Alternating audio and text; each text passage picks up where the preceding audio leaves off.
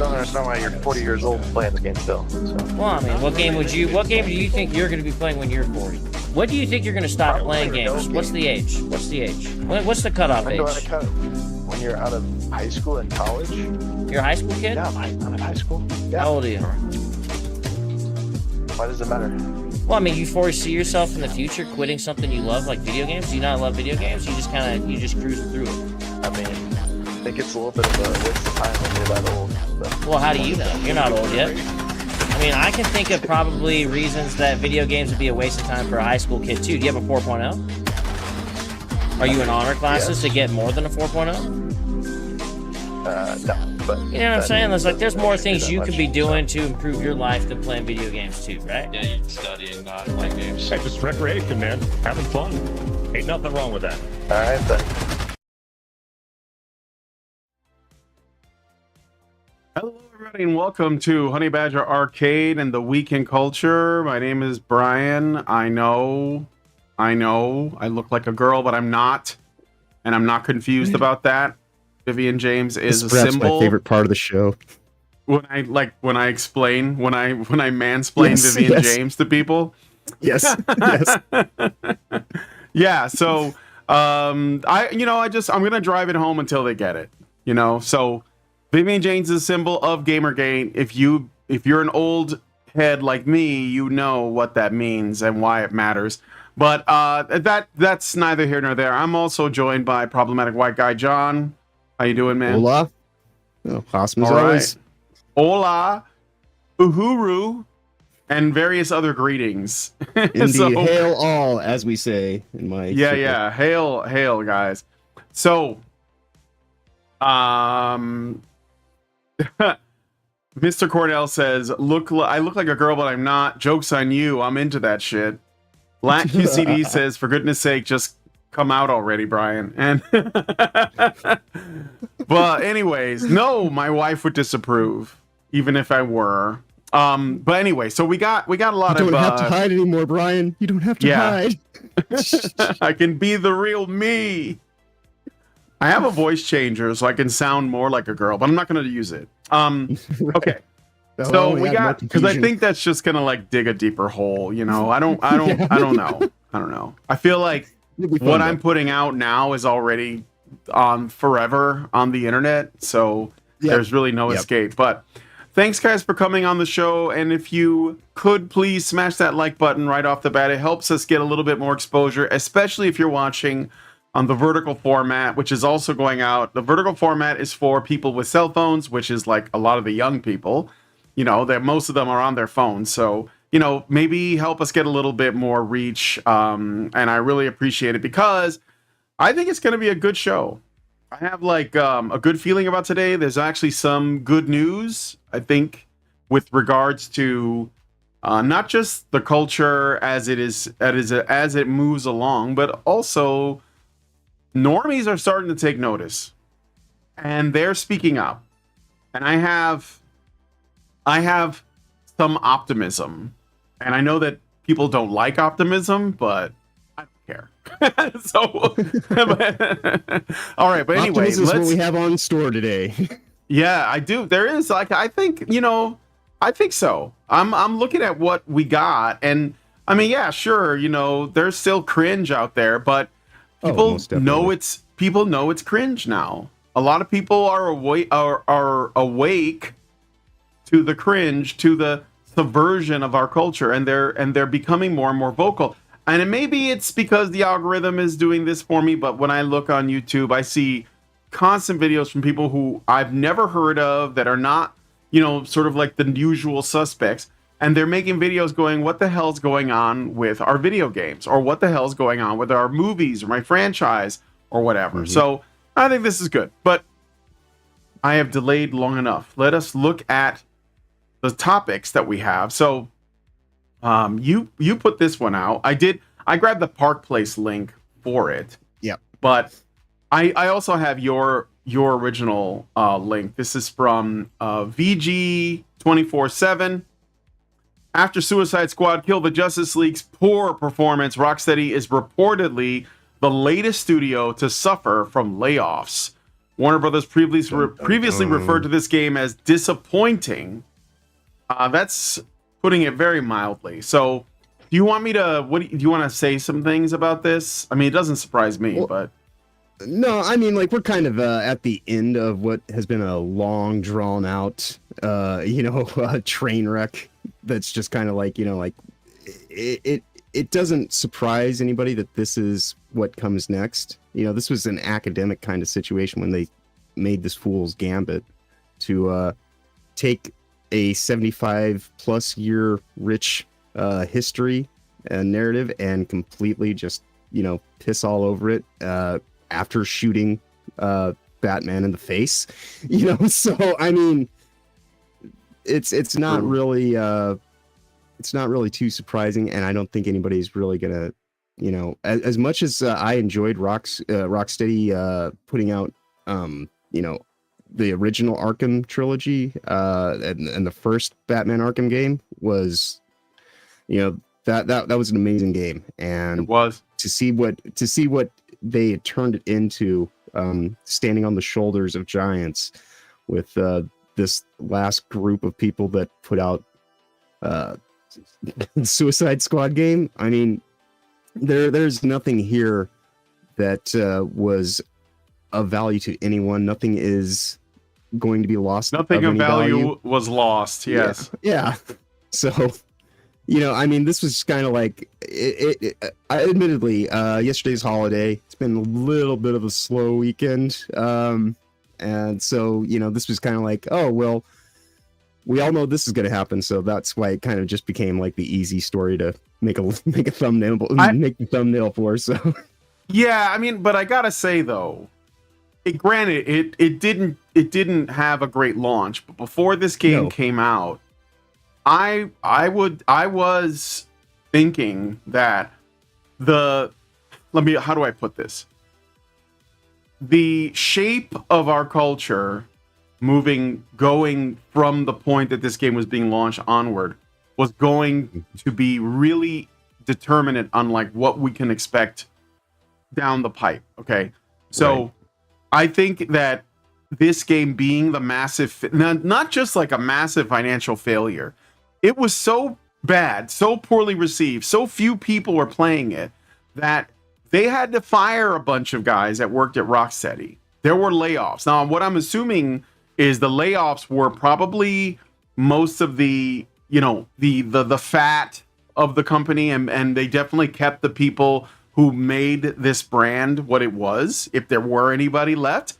I know that, before all this Sweet Baby Inc. stuff was going on, I looked under other industries, and they were getting the same kind of treatment, where you would have like a studio that made animation, or Blizzard, for example, and they were like, well, Blizzard has a frat boy environment, and it has to change, and here are some women coming forward saying they didn't feel safe, saying that they're made uncomfortable, whatever. And then Blizzard fired some people. We don't know the details.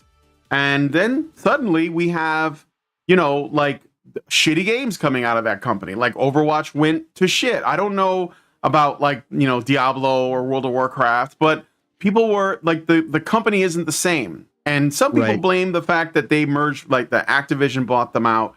But I don't think, I don't have a lot of love for Activision, but I don't think that's the reason. I think that the culture in the studios were changed fundamentally by activists that wanted to work in those studios, and so they used allegations and Me Too to change the staff. And I think that's what happened with Rocksteady, and I think that maybe depends on what level of management the activists got into.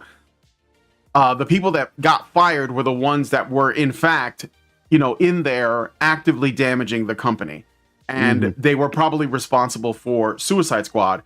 So that's how much damage this company has done to itself.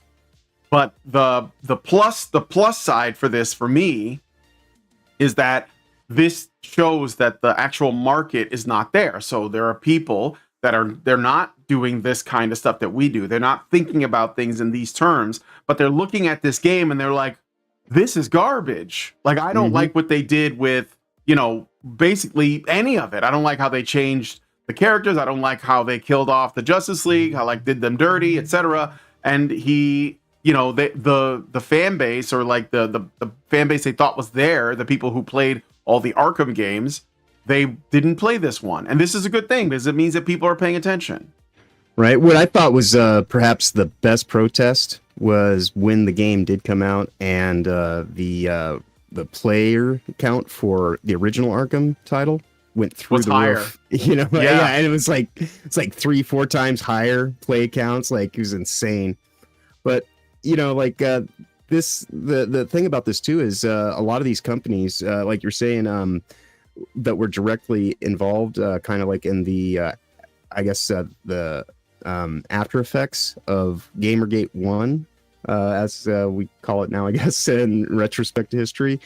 You know, like a lot of these companies, they've just had to pay the Me Too tax since that time has happened, which is why when you think about, like, you know, Grand Theft Auto 6 coming out, you know, there's a lot of information that's kind of telling everybody, look, if you enjoy what you've been doing for the last decade in Grand Theft Auto 5 and GTA Online, and you want more of the same, well, good news.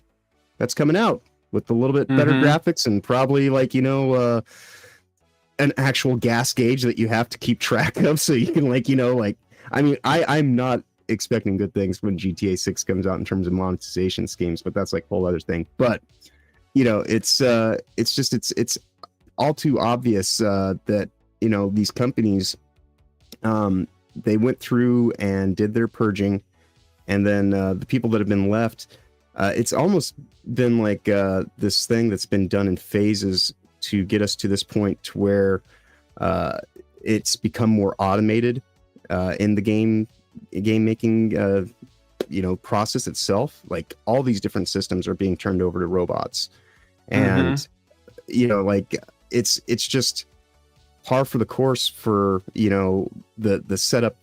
As you know, I talk about the magic all the time, and I really do just think that this was an amazing game of seduction to kind of, you know, get rid of the old guard, being the, you know, evil mansplaining game designers that cause all the problems. And then, you know, you bring in the people that are going to show us the way and have far better sensibilities, and they have civility to, you know, teach us so that we can all be better as men. And then, like, you know, when that actually doesn't gel with the nature of the business that you're in, which is to entertain, not to, you know, proselytize and give sermons, when you're supposed to just be a video game generally that's built around Twitch mechanics. You know, we've seen this situation evolve over. I'm saying, you know, just from my own experience, you can actually kind of look back at the last 20 years of the evolution. It's like a train slowly getting up to speed, but now it's doing what it's doing. Anything gets in front of it, its terminal velocity just gets hit and just keeps on going. But this train, we've seen it start to wobble, and it is coming off the tracks. And so my I guess point of consideration in all this is, now that we actually can see through a lot of the deception, and most people can call out the pattern recognition kind of stuff, or, you know, when they're trying to get you to be caught up in the nostalgia of a moment by using sound, light, and vision and all this kind of stuff, you know, when the music stops, you know, how do they keep everybody's attention? Because ultimately that's what they want us to pay in, is our time and our attention, you know, and because that's ultimately what the power structure feeds off of, is all of us just kind of like feeding into it. And so that's where I sit here and I keep talking about how, you know, the next 6 months are really kind of, they go one way or the other. Like, we talk about a lot of optimism, but also on that other side of our optimism is a whole bunch of desperation. And that desperation at this point in time has a lot of lawfare and legalistic, you know, corruption done through official channels, already laid out and set up to systematically start censoring us left and right, which I dropped links to the chat earlier in our Rumble and the YouTube stream to our Discord server. That's kind of like where I'm at, where we think about what's coming in the censorship, the evolution of it, is these platforms that we operate on. They have their own vested interests, and they are going to, cater to those. And we will do our best to, walk that tightrope line. But, in the name of actual freedom of speech and just kind of a little bit more community involvement and actually developing fellowship with our audience, that's why I would definitely recommend start using, alternate forms of communication. Get a Discord server going that's actually like something that you can kind of like have a little bit more autonomy over. And since we are living in the time of bot warfare, I mean, my server is set up with Autobots to just kind of like keep track of everybody that we have in what we affectionately call the Fellowship Network 2.0. And, it seems to be working fairly well. Like we've only had it going for about a week, and we're just over 80 subs minus the bots. So, I'm happy with it in terms of just kind of it's planning and it's prepping, Yeah.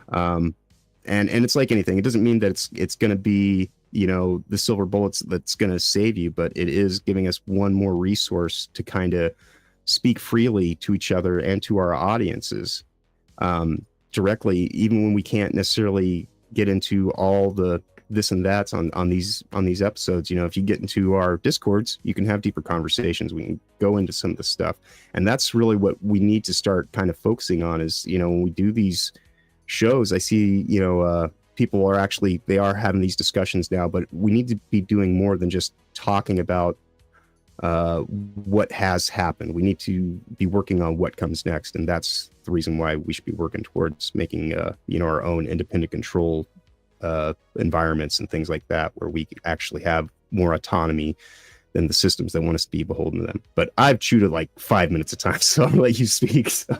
It's fine.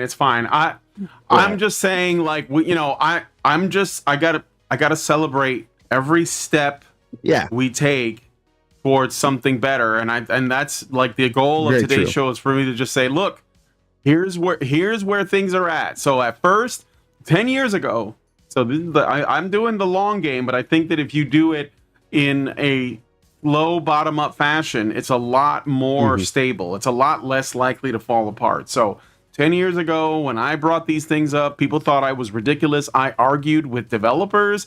I got into a debate with David Jaffe, the creator of God of War, and he's still like completely delusional. He doesn't he hates, this is the thing that's funny about it. He hates what happened in Suicide Squad Kill the Justice League because he's, a fan of the Batman games. He hates what happened to Spider-Man 2. He hates what happened to his own franchise, God of War Ragnarok. Right. And I mean, I played God of War, the 20, when did it come out? 2014, 2016. And I thought it was, I thought it was okay, but it was, Dad of War. Yeah. I thought it was okay, but it's not God of War. Like it doesn't play like that. Actually, Black Myth Wukong is more like a God of War game, I think. But anyway, that aside. Kind of capoeira, kind of dance battle kind of thing. That's what I loved about God of War. And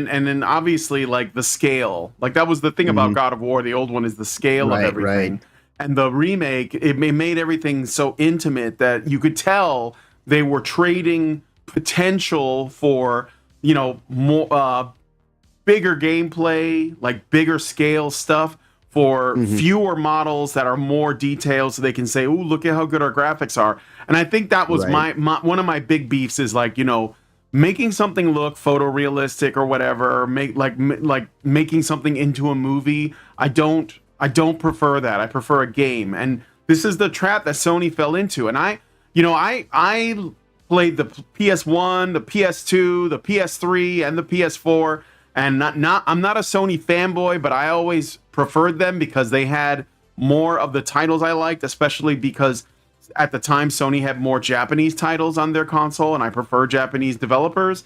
But I mean, they have completely like lost the plot. Like before the PS5 came out, And I think it started with things like Horizon. I don't like Horizon Zero Dawn. I tried to play it. I got bored. I think open world games can be boring if not done well. But anyway, I digress. My point is, I've been doing this for a long time. People have been really blind to this stuff, and some of them still are. But I think more and more gamers are fed up, especially the male gamers, because they don't, they're going back and playing old games. Like I'm seeing, people do streaming retro games, streaming older games, streaming games from their backlog. They don't like the modern direction, and they're supporting like smaller studios like AA studios, and I'm glad to see it. And I think that it's one thing to see the market shift, but I think the big thing is to see it shifting for the right reasons. And one of the things I'm seeing a lot in these videos is male gamers saying, "What the hell is going on with masculinity in games?" And that is important because they are attacking masculinity in video games just like they did in television movies. And that if you're wise to it and you realize that the majority of the people who are going to give you money for your product are men, that's just a fact. Okay, then the men can do tremendous damage if they realize that they're being like, let's say that there is an attempt to propagandize them. So right.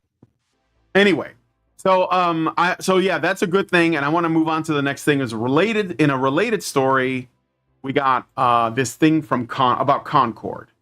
So it's just like things are going to crap everywhere for these people. Okay, so Concord isn't doing well on Steam, and we will be doing a health check at the end of the show because I think I want to make that a thing I do all the time. Oh yeah. See how's Concord doing? How's Homeworld 3 doing? How's Dustborn doing? How's Suicide Squad doing? Let's find out, right? So Concord isn't doing well on Steam, but how are its sales doing? If industry analysts are right, not very well at all. This is like the biggest flop that I think that in gaming history, like worse than ET, because because I had ET. I didn't literally back then when you had an Atari 2600, like most of the games were crap. But most people were so fascinated by the existence of a game on their television, they kind of they lowered the bar for themselves, which is fine. I had Chop Command, and that was the shit. I had that. I had Chop Barnstorming. You remember that? Right. Vaguely, yeah. My favorites were Demon Attack. I like Demon Attack, Galaga, and Ms. Pac-Man. Those were probably an adventure, although I didn't know what I was doing. Right. So anyway, let's look at this really quick. I don't know if they have numbers here, but I'm gonna right now concurrent player count peaks at 697, but we'll check back with them in a moment. So the Steam numbers are so bad that even without the exact data on the PS5 side, we can be pretty certain that the game is doing very badly. While it's possible to track player numbers on Steam, it currently is not possible to do so on PlayStation, hence why there's no data there. But we know it's bad enough for this though. We know for sure that Sony is raising the price of the console to make up for how much they lost on this game. Yeah. So they're making which is that's again absolute suicide. I don't know if they're gonna recover. It is when you think about just the value of a PS5, because I've had my system going on 3.5 years, something like that. And it still just feels like a glorified PS4. Then I'd much rather almost play with my PS4 Pro, because it does what it's supposed to do. And the PS5 is kind of very intermittent. So raising the price on what is already kind of a boat or of a game console, it's a bold move. Let's see how it pays off. Yep, it's a bold move, Cotton. We'll see how it works out for them. But it's a real shame, because Concord did have the very first playable black trans woman in a major studio video game. What a shame that we didn't get history was being made, guys, and you bigots we truly are did not want to give them. You trolls, you bastards did not make sure that this character, who obviously looks just like this character, which is obviously one of the better designs. No, it's not. I can't even pretend. That was the one that I saw that was like, what? that does kind of break yes. you when you actually like look at the side by Oh side. my god. Yeah, I know. So yeah, I don't know if you guys knew, but they were making history with this game. They were making history, guys. And you got in the way because you didn't give them what they wanted. And here's another thing I'm just sharing because people are really upset about Concord, and there was a lot of cope. People saying people's jobs are at stake. I prefer mine medium rare. I get having a little trolling fun. I used to browse /b/ back in 2019, but you guys really need to lock in. There are hundreds, if not thousands, of people whose lives depend on this game succeeding. Just food for thought before you gloat. All of you people are celebrating. Yeah, they canceled Eternals too. They could have just made a good game and stopped. Right. Like the thing is, I heard the mechanics are good, so people are not choosing to not buy it based on things like gameplay or if it's buggy as hell, like Star Wars Outlaws. Apparently, it was such a mess when it launched that they're making people start their game over if they like pre-ordered it. So it's not like there were trinkets. Yeah, it's not like there were any like technical problems. It's not like the game was just awful. The only complaint I heard is that it's slow paced compared to other, similar kinds of shooters. It was just that it was ugly as sin. It was just ugly. People looked at it and they were like, dude, I don't like any of these characters. And that's the thing that this is the flip side of why Overwatch was successful. Overwatch was successful because it was aesthetically pleasing, because the characters they looked so good that there was porn out before the game was out. And I'm not saying that porn is like proof of success, but I'm saying that aesthetics matter a lot, and Concord does not have it. I know that I keep saying that I'm working on a video. I do have one where I'm going to be, as an artist, pointing out what the problems are, but I'm going to make it very simple because I've seen a lot of other people making videos about it. I'm just going to show you silhouettes. The silhouettes for Concord are horrible, but silhouettes for their competitors, even in other games that have failed bad, are much better. So aesthetics are everything. Yeah, the gestural mass of a lot of those characters, like it's wonky. A lot of them don't really make physical sense. Like the physiology, the physical aspects of the way their bodies should move. It don't gel right. And I guess they get away with it in the sense that 70% of the cast is aliens, but whatever. In Concord, that doesn't matter. Yeah, because you can make. Actually, I think there's more room for more creativity if there are aliens. You can go crazy, but they don't do that. You know why? Because I think that they were the thing is the people behind Concord were treating it like they were casting for a film, and all of the people who were voice actors, they wanted their FaceTime. So even the aliens look humanoid enough that some actor or actress can point and say, "Oh, that was me. I had that job." See, but if you were just making a game, you could have, robots and animals and like all kinds of stuff, but they can't do that because then the actor doesn't get their FaceTime. So that's what I think this all comes down to. That's why Concord is shit. So anyway, bad aesthetics. Pixel Perfect says, all of you people celebrating the fact that Concord is dying are not realizing this means 100 plus people's jobs are on the line. All these developers are going to lose their jobs and it's your fault. I hope you are happy. Edit 1. So they're just like going back.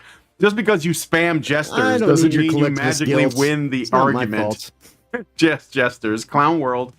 As before, I will be reporting everyone I know to be using them for targeted harassment. Let's keep things civil. Edit 2, there's an insane lack of empathy in here. These people have livelihoods.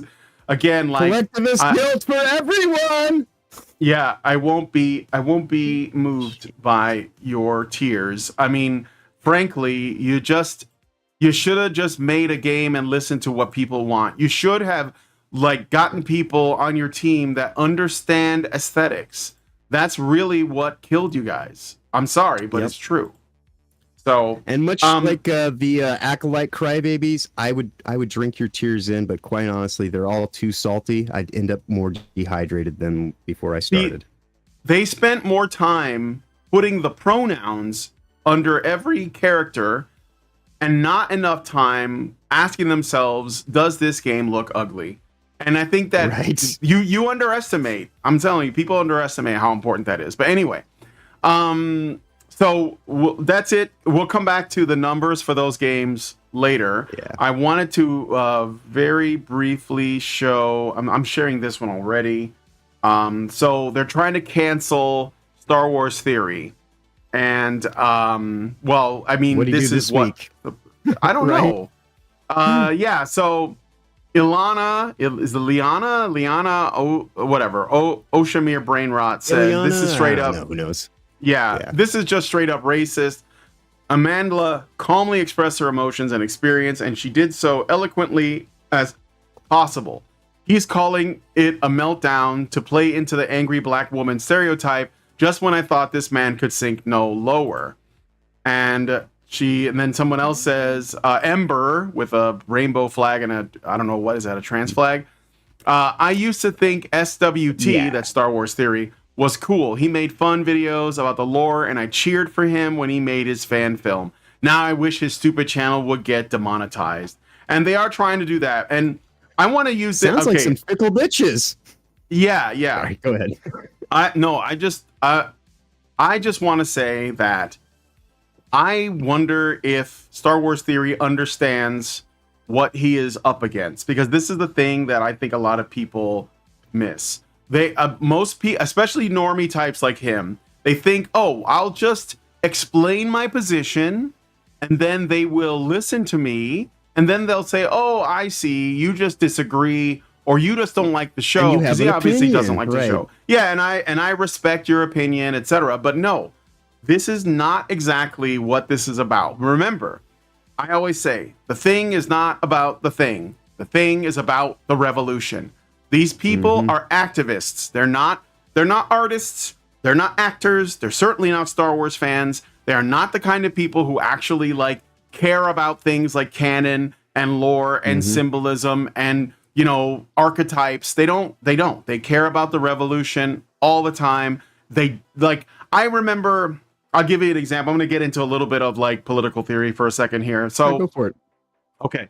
So we have this concept called, it's not political, but it is used in the political realm, postmodernism. What is postmodernism? Postmodernism is essentially the idea that reality is, well, I'm being really brief, so any of you guys who are super nerds, don't, actually at me in the chat. So actually, but what I'm saying is this is how it's used. Postmodernism is simply a tool used by activists to validate their perspective by saying, well, that's from your point of view, it's this, from my point of view, it's this, but they're not really using it to create this, subjective perspective, death of the author kind of thing. Right. They're simply using it as a tool to push their Marxism. So, they're how they argue for, sorry to step on you, but the argument for these people who want to say that, oh, well, we're improving the lore when it comes to Lord of the Rings. Another series that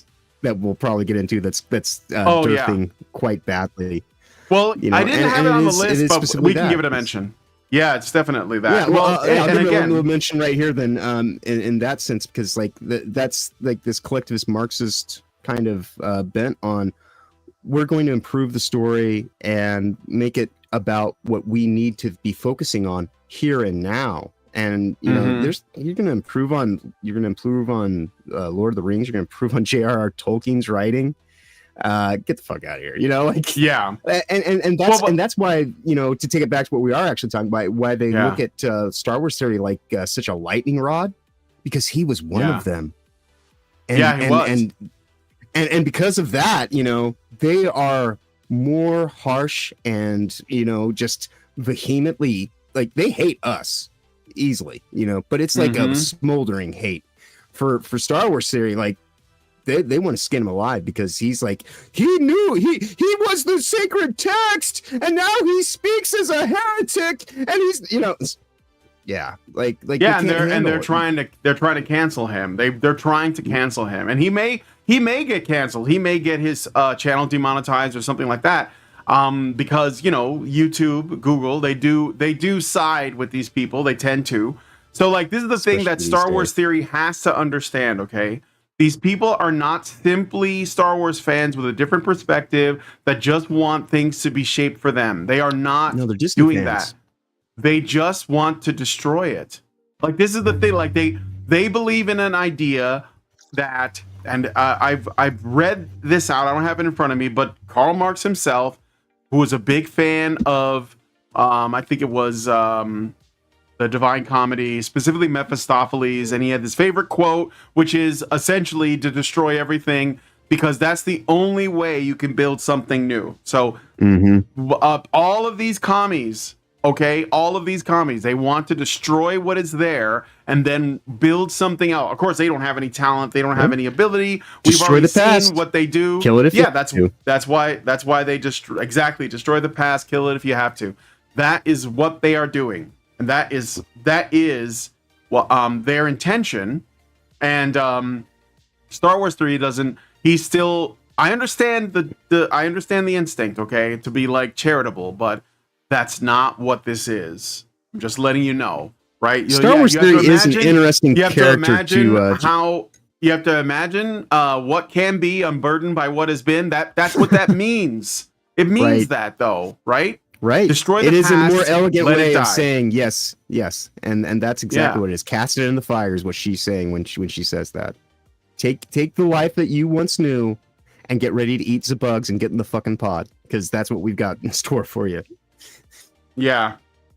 Yep. So anyway, he's gonna get canceled, and I hope that he realizes that the people he's been arguing with in good faith. I'm pretty sure he has, because he's already he's been on FNT, like in my circle of influence. He's already actually kind of become somewhat of a bigger player in that regard. Like he's already. Yeah, I mean, Star Wars Theory's channels was the biggest independent Star Wars YouTube channel prior to any of this. And in the course of the last, couple of Disney Plus series, you've seen the shift and the falter. And it's funny because like he's a very interesting character to see in this dynamic play out, because he's truly wants to be a fan of the stuff that's even still coming out. I've watched him multiple times, like to kind of like have these cognitive dissonance breaks, like on camera, where he's like, and it's just, it's what it's like to actually see a human deal with, the human condition.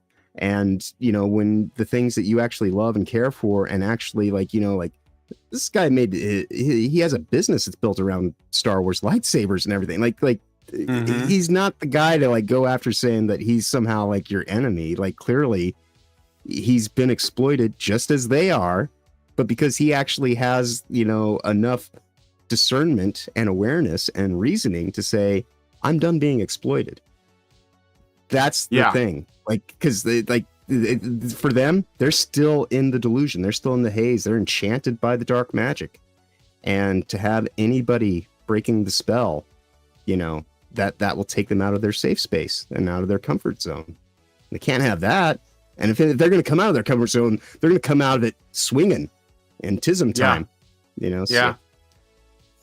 Yeah, definitely. But we'll see, because like I said, I have been doing this Gamergate thing for 10 years, and I've seen people who seem like really tuned in and they really get it, and then like a line gets crossed in their mind and they just completely reverse because there's something that they can't let go of. They're still tethered to some of these lies that we know that we exist in, and they can't conceive of like letting that go. So look, Star Wars Theory, I hope they don't cancel you, but if they do, I hope you don't find it surprising, because they will try, because you are, the way that these people operate, you are treated as though you are an authority on this that's been talking about this stuff for a long time, which means that you have to either get in line or you're got to go away.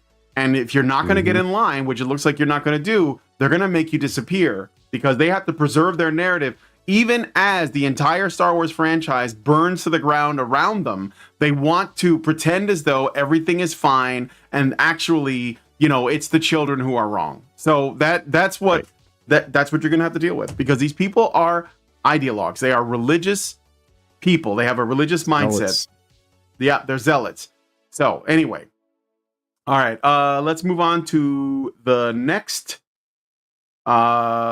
story. And this is some good news. So, like, do you guys know of a channel? It was a news channel called Redacted, and they're on Rumble. I don't think they're on YouTube anymore. I might be wrong, but they do He still does like little 5-minute clips to set up for Rumble, but that's okay. Yeah. So Clayton Primarily Morris.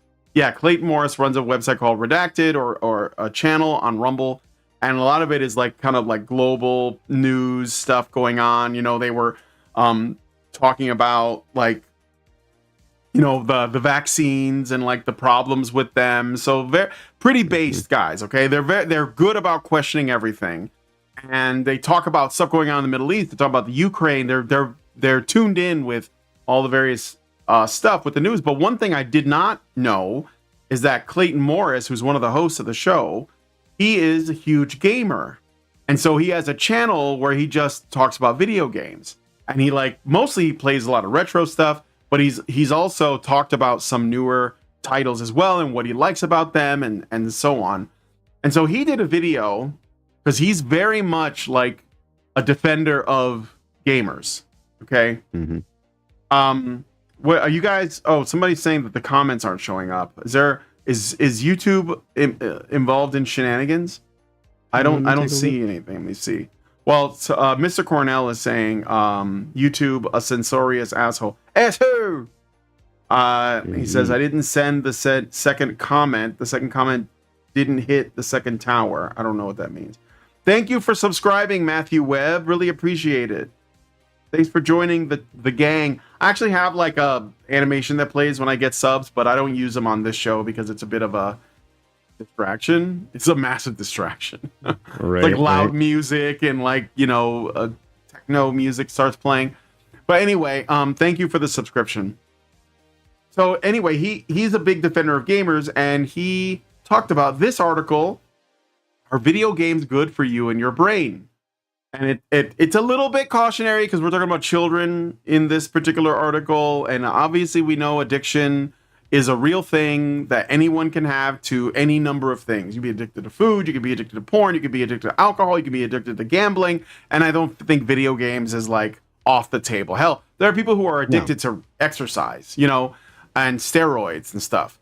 But so like there's people that are addicted to nostalgia. Yeah, all day long, all life long. Yeah, for sure. We were just talking about him. Video games offer a considerable amount of adventure and entertainment. Traditional games like Tetris or the more modern Candy Crush Saga are puzzling brain busters that require a certain level of strategy in order to be successful. But okay, is gaming good for your brain? We're just going to jump to this. The American Academy of Pediatrics recommends children under 2 should have no screen time, and kids ages 2 to 5 should get an hour or less of screen time per weekday and 3 hours on the weekend days.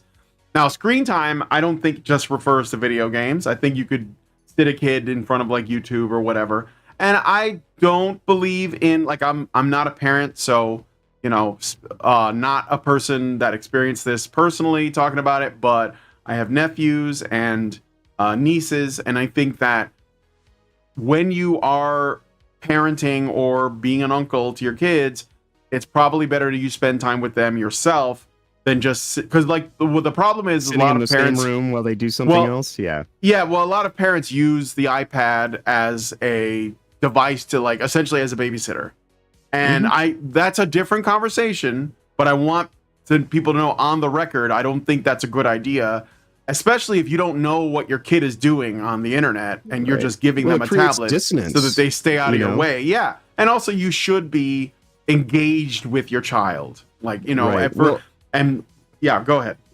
Well, I was gonna say, like, just like in the stages of development, you know, infants are onboarding. You know, like we become more of the things that we reinforce over life, right? And so if we start off the development process and go and say, oh, well, here's your God, here's this slab, and everything that you like, you know, just see, think, or do can like be accessed through this portal.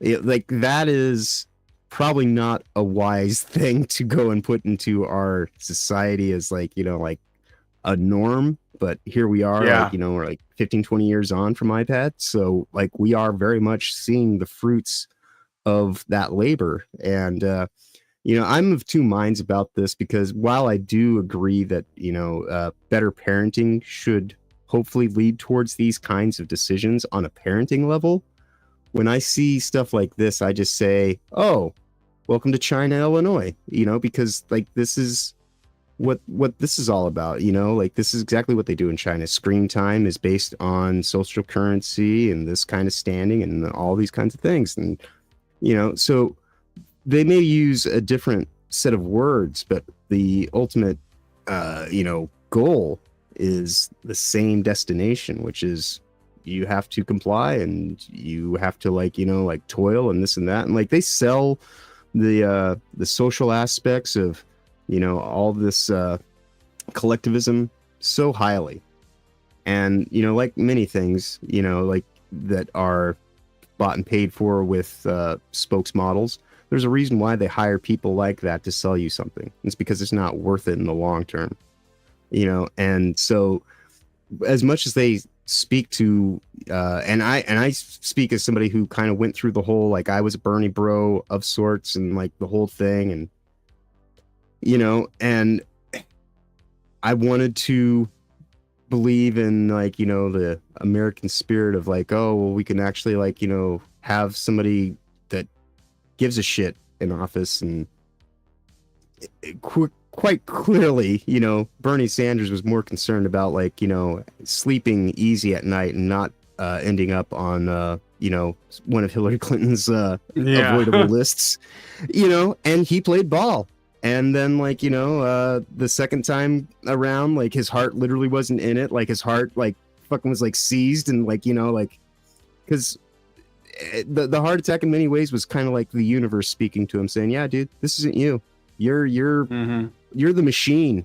You can sit here and try to, like, you know, spin this game. And that was the thing, too. Like, the second time through, I was just like, yeah, no, the magic was gone. And you could see through it. And so that's a lot of the stuff that's happening too with this current election cycle is a lot of the you know, enchantment magic has shifted and kind of been broken.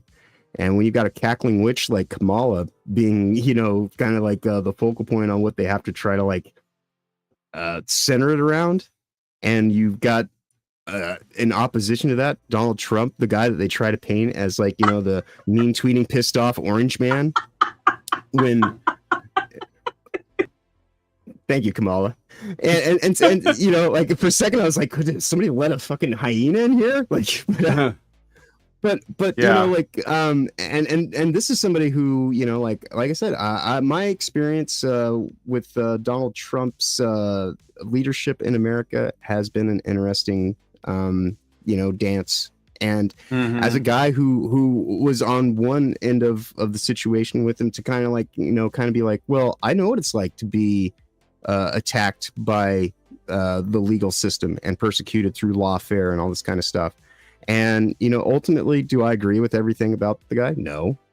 But, you know, I sit here and I kind of consider my place in this world and what I want the shape of the world to kind of like look like going forward. And even if it might not necessarily be on the best of terms, the terms that they are working with in terms of, you know, freedom of speech and expression and things like that, is far more viable to work with and kind of through than what this you know, alternative, haha, if you really want to call it that, is really about, which is just the end of everything, you know? Because like, if they're able to get one more election cycle through and you know, if they don't try to do a lockdown on the way to doing it, I very much see a lockdown.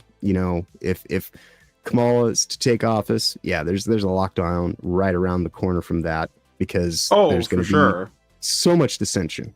Well, I'm covering on the news show today, and I think this is a big digression, but on my news show later today over on Badger live streams, one of the stories I'm covering is that reports are that doctors are warning, because the school year has started, that we're going to see a return of the coof and other things. But I think that this is just them laying out the groundwork for, like what's happening in November. Lockdowns. They're and that doesn't mean it's going to go over as well. But I'm saying, obviously, control freak's going to control freak. So, but I think I got a little bit on off far field, because the purpose of the study here is to show that video game, because here's the thing, like anything that men get into, there's some busybody out here saying that they shouldn't be doing it, and that there's going to be a problem with it. It happened with comic books, where like, oh, it's going to corrupt the youth. It happened with music, oh, the cursing, the rock and roll. It happened with video games are murder simulators. Video games are murder simulators. So like, and this is like and I think Clayton Morris is the kind of guy that does the work. I think that he's got some integrity. He's one of the few journalists that does journalism. So I think this is a positive overall. Essentially, I'll just read the results, okay? And obviously anything in excess can be a problem, but that's not what we're talking about. So a study of 2,200 children discovered that gamers who played more than 21 hours a week performed better than non-gamers when they were tested for impulse behavior and memorization. In fact, researchers observed gamers had more activity than non-gamers in regions of their brains that were associated with attention and memory. So there's that. Okay.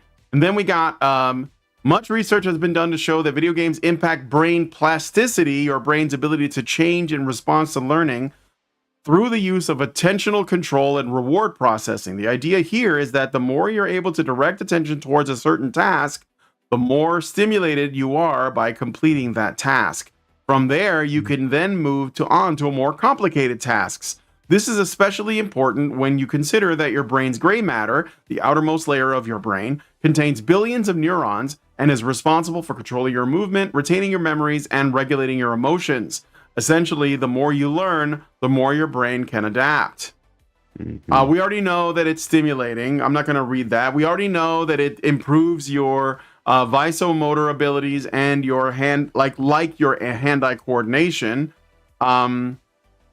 So, like, for example, I'll just read a little bit of this. When you're watching a video game, you've got to pay attention to every little thing that comes into your visual field and react to it, right? Being able to visually contrast, being able to tell the difference between one thing and another is also a skill that can be developed by playing video games. Also, part of our evolution as men is that we're really able to, like, see, we have tunnel vision, so we can see changes in movement and color and shape at long distances. Whereas women, they have like a wider peripheral field of view than men. So this is how video games are sort of aimed at men, in that not intentionally, but that's just kind of like the consequence of it. So like, why do men like to play first person shooters? That sort of gives you an idea. We see this often. It also comes down to just to pop in just for half a second, because men do make the games by and large through historically speaking. Men speaking to men. So we speak through the language of, action and things like that, but we get it, and so that's why it is kind of a boys club. It's because it is, we wrote the rules, we wrote all this, all of it. So sorry. Yep. Not no, sorry. for sure. No, it's just like you said, it's just a consequence of men making a thing, and it happens to, they're thinking about how it appeals to them, which means it'll appeal to men. So we see this often in action adventure games like Tomb Raider or Resident Evil, where you participate in quick time events, something I hate, but I see what they're getting at, where you have to push a button that matches a symbol on the screen within a very limited amount of time in order for something to happen. It also improves your ability for set shifting and other cognitive functions. So I just want to run through this really quick. I think that's the end of it in terms of like the pluses. There were other studies too that were conducted, but it's pretty interesting. So the ability to start one thing and immediately pick up another is an important factor in determining your cognitive flexibility. We often mistake set shifting as multitasking, but the ability to direct our attention from one thing to the next, like cooking dinner on the stove while listening to a podcast or pausing a video game to start a load of laundry, is an important skill to have. So it essentially makes you better at multitasking. And you know what? I agree with all this, because I play video games, and I'm better at all of those things than my wife, who plays video games but not nearly as much as me. So as a VTuber, I sit here and I can count 1, 2, 3, 4, 5, 6, 7, 8 screens that are around me, just supporting like what I'm doing to like make sure that my character model is just dialed in correctly. So yeah, like there's so many things that you have to just kind of keep track of and all this and that. Like I would not be able to do this as good out of nowhere starting a month ago had it not been for 30 plus years of playing video games. Yeah, for sure. Yeah. And like, some are more sort of in depth, like they and I see what one thing I've noticed really briefly here is that, well, actually we're on good time. So one thing I noticed is that video games have become, at least the mainstream ones, not PC games, have become more and more dense and complex as time has gone on. So it's like we adapt to a certain style of play, a certain level of play collectively, and the industry responds, and when they release another title, they make it a little bit more complex than the last one. They like add a few more systems. They add a little bit more depth. I mean, in the cases where it's good. I know that there are some cases where this is the inverse, like for example Fallout. Okay, so like Fallout 1 and 2, I think Fallout 2 especially, was really, really deep. There was so many things you could do, and the later Fallout games, the more recent ones, were a bit more like streamlined or made for like a mainstream audience, maybe outside of New Vegas. I have only played one Fallout game, so I'm not really the guy to ask, but I know that people who picked up Fallout 3, which was like the first new Fallout from like since Fallout 2, they were disappointed because I liked Fallout 2 a lot. Yeah, I played Fallout 3. I played through New Vegas, but Fallout 4, I could not get into. I built an amazingly elaborate fort in the game, but beyond that, like I just have no. It's just like it's not captivating. That's sad. That's a shame. Yeah, it's a shame. Yep. Well, anyway, I'm just saying, I don't know, there's potential there for that. There's like a new turn-based RPG that I saw. It looked really good. It just popped in my mind. I'm gonna look it up. Maybe we'll look at it today.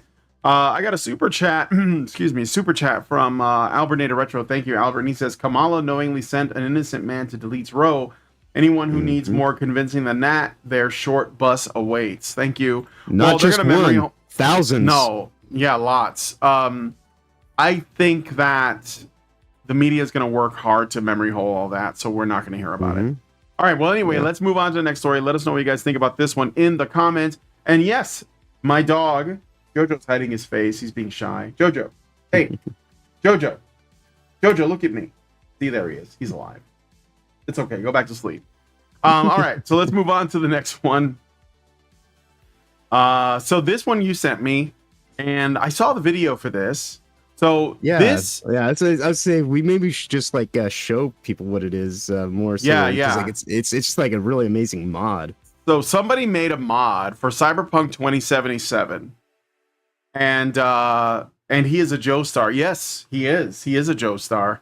My wife and I gotta talk about Jojo a little bit. Hold on. Before we get into the so my wife and I got this dog at the shelter when I was still living in Chicago, and his name was Johnny. That was the name on the cage, and we were I was just name. Yeah, John. Yeah, that was Jojo's original name. Yeah. And we were, just sort of like meeting the dogs. You go to the shelter, you meet the dogs, see if they get along with you and all that. And I was like, okay, I kind of love this guy. Like, I just loved him from day one, but I hate his name. We got to change it. Like, I don't hate the name John from human beings. I'm just not. I don't think it's a great dog name. It does not suit dogs. It does not suit dogs. I don't think it. So at that same time, I was showing my wife JoJo's Bizarre Adventure, the anime, which is one of my favorite animes of all time. Yeah, John the dog sounds weird. Yeah, John the dog is weird. I'm thinking about him like that doesn't make any sense. So I said, "What do you think about JoJo as a name?" And she was like, "Oh, that's a great dog name." So yeah. JoJo is his name, and it is a JoJo reference.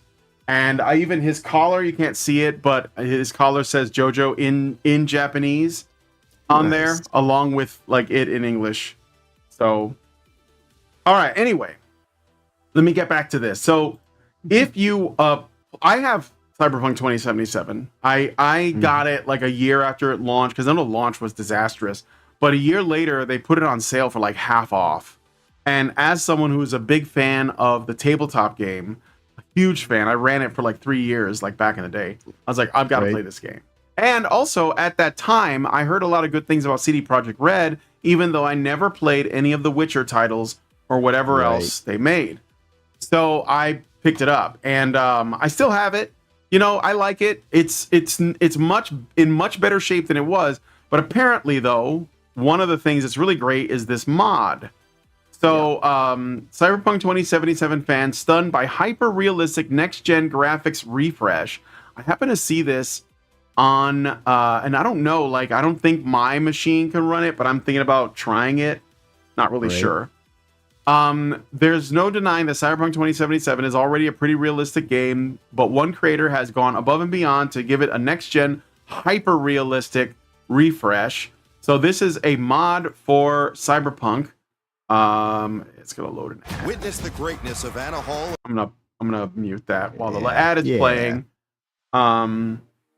Lat says, I have all the Witcher games, but have only played a bit of the first game. It was really good. Oh, okay. Deadpan Sanchez says, based. Okay, so here is the game.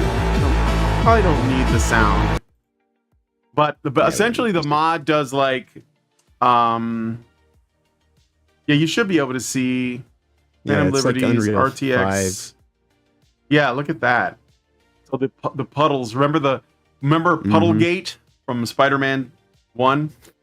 No, I saw. You know what? I'm gonna show the vehicles because what I saw, somebody did this. The trailer for this might not be the mod. This might be something else.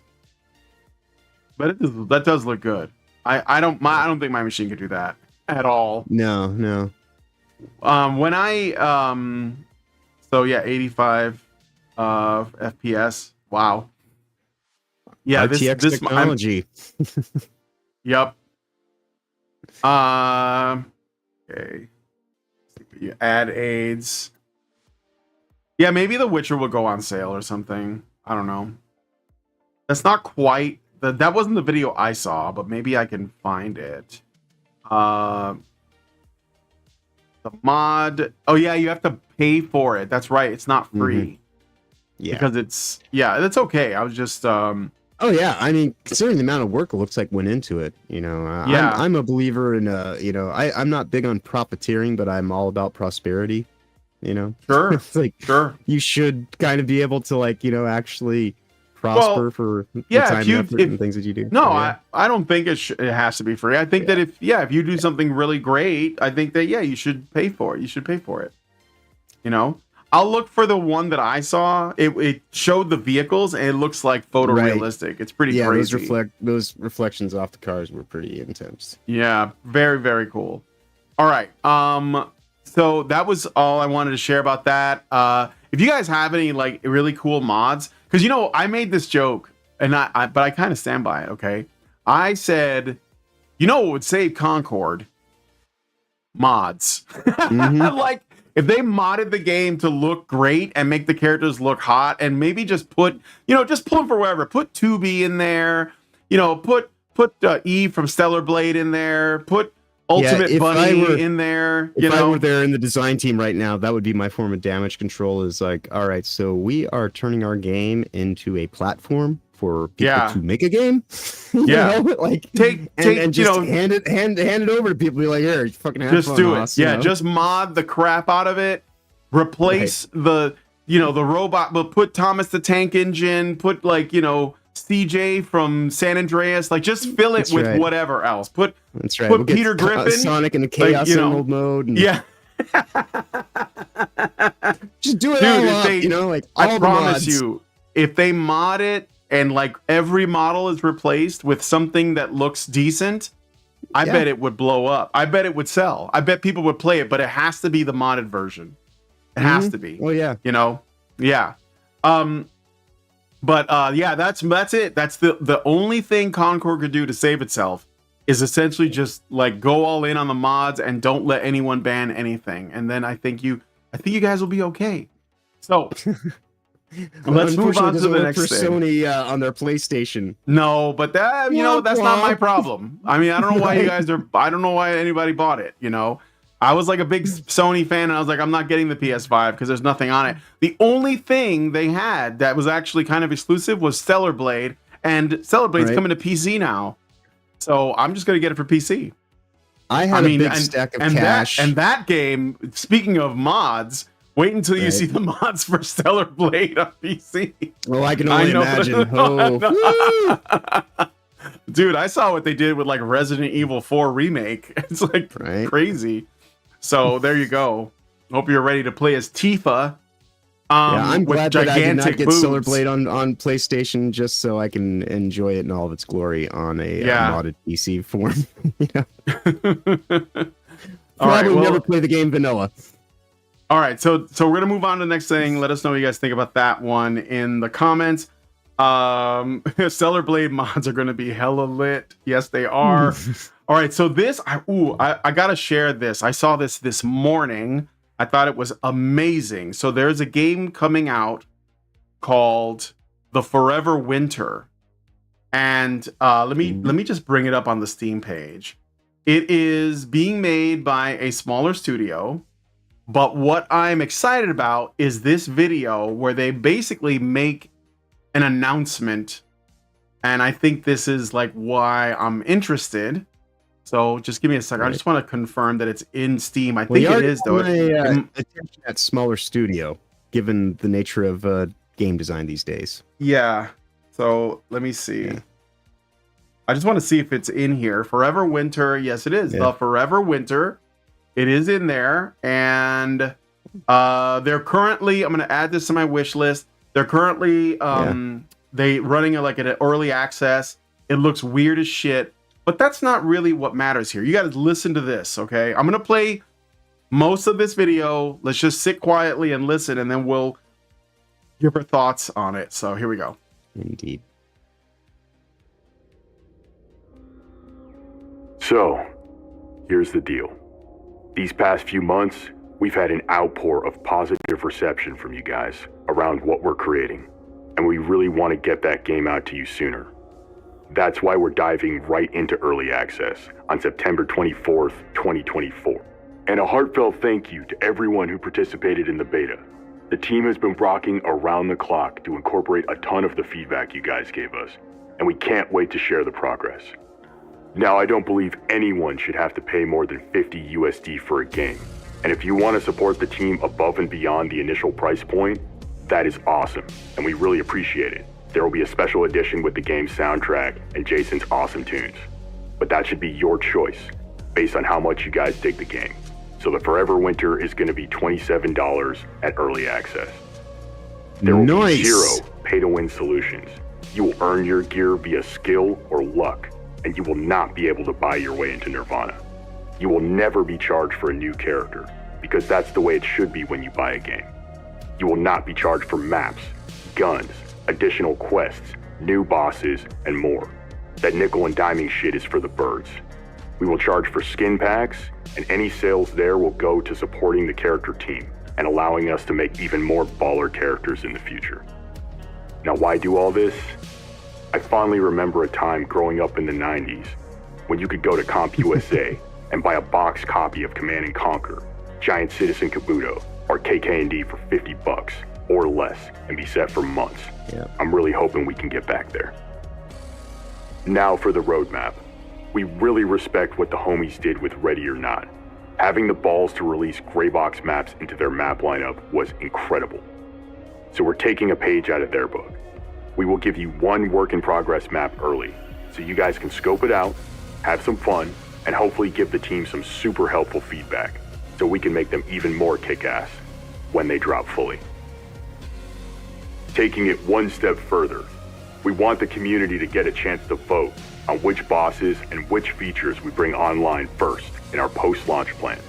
Anyone who bought the game will get access to an exclusive channel in our Discord. There, you will be able to vote on what or who drops next. The art team and our brothers at Evolve 512 broke our backs to make sure we planned months in advance to give you guys the post-apocalyptic road trip you deserve. And if the game does well, shit. We want to bring this art style to entirely new environments in the future. It's going to be a wild ride. Now let's talk hosting. Regardless of how many people play, you will always be able to play with your friends locally and via peer-to-peer hosting. We learned from the nightmares some of our industry colleagues have gone through this past year.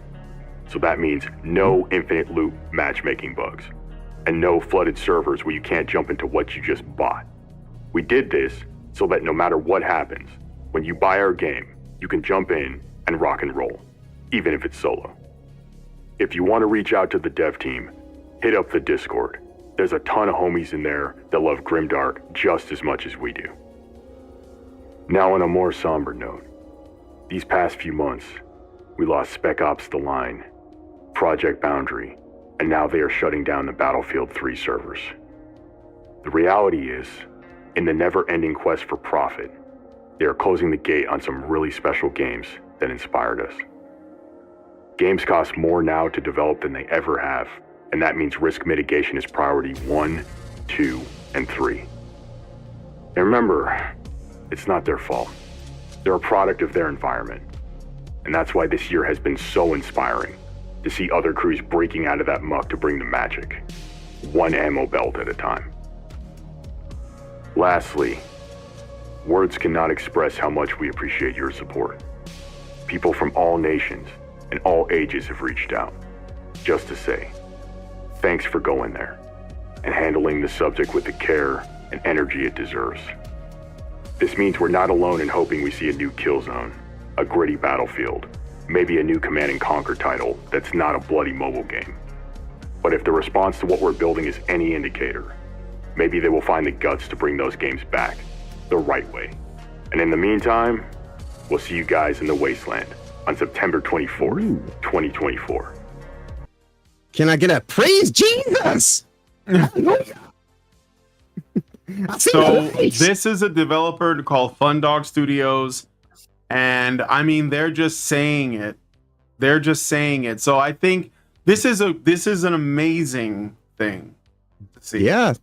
So this is yeah. going on the list on my database as well. Like, because yeah, that's another thing that we try to do is highlight the good things, and this is definitely a good thing. Jeez, man, I totally on this. Wish listing after the show. Yep. So I got a super chat from Albert Nader Retro, gives us what is that, $5 Canadian. He says, "Who's the chick with the red hair? She's pretty, and if she's a feminist, well, I can cure that." Thank you, but no thank you. Okay, so it's in my wish list.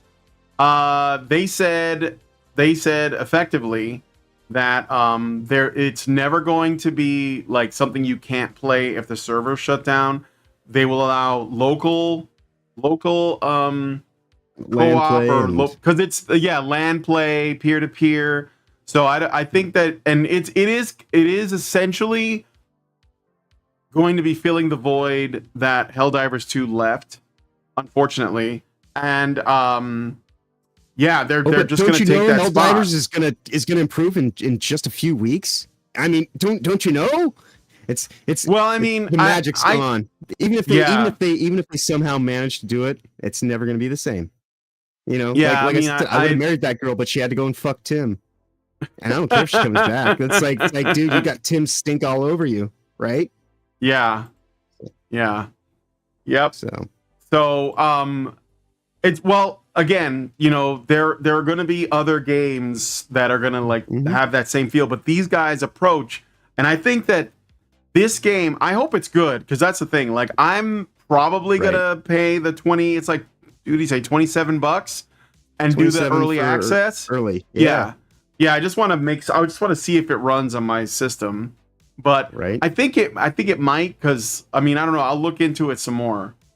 But if it does, and I do get it, I will be streaming it, so you guys can see what it's like. I'll be streaming early access if I get my hands on it. They're not shutting down Helldivers 2, but they've been losing players. I think they fired. This is actually not terrible. They fired that community manager, and they replaced her with somebody else.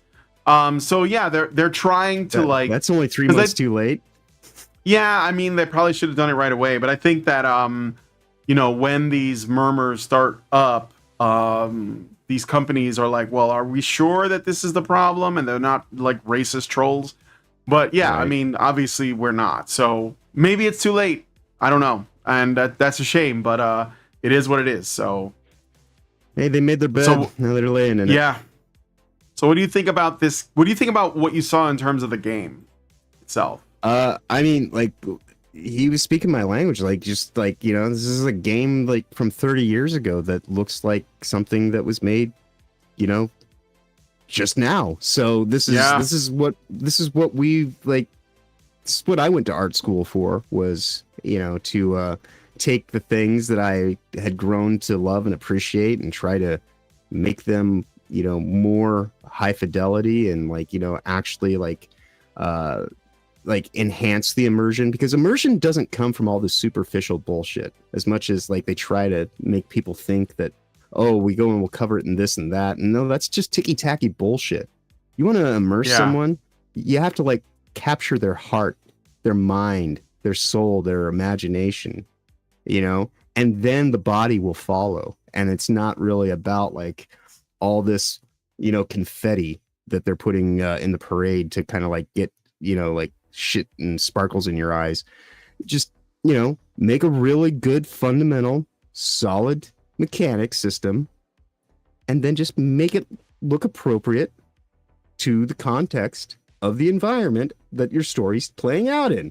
Like, making games, while complex and tedious, is not really that hard.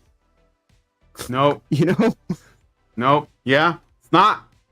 Well, yeah. I mean, you basically nailed it. Hey, my art school degree wasn't lost. Yeah, for sure.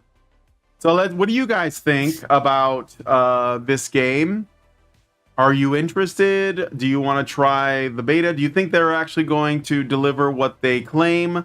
I mean, I don't think it's hard. I think that they obviously know the absolute state of the games industry right now, that it's falling, and a lot of people are, you know, they're like, this is necessary, and I think it is. I think it's just become like a big fat bloated you know, pus infected, like cancerous blister. Yeah, and we need to like lance that shit and get all of this excess out, and that includes the activists, because they're the you know, they're one of the main reasons. Like, we can talk about how games are launching incomplete, microtransactions, you know, our problem, or whatever. Like, there were one like, for example, why was Anthem a disaster?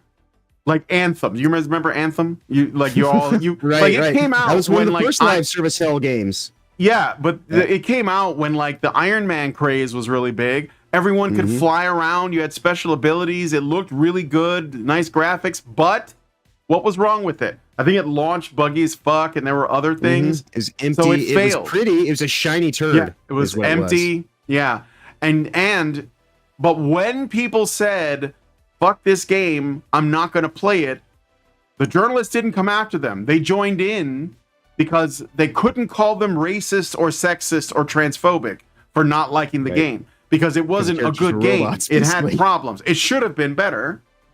Right. Saretha says Anthem could have been so awesome, Warframe, but with an Iron Man suit and much better graphics. Yes. So like when these games fail on their own merits, like based on, like I said, the execution of the game itself, the gameplay, the maybe there's like lots of bugs, maybe it's plagued with microtransactions, maybe it's plagued with day one patches and all this bullshit, and like the lobbies that are just like you can't get into a game. When those issues happen, I think no one has an issue complaining about that. Like gamers will be like, yeah, don't buy that because of all these problems.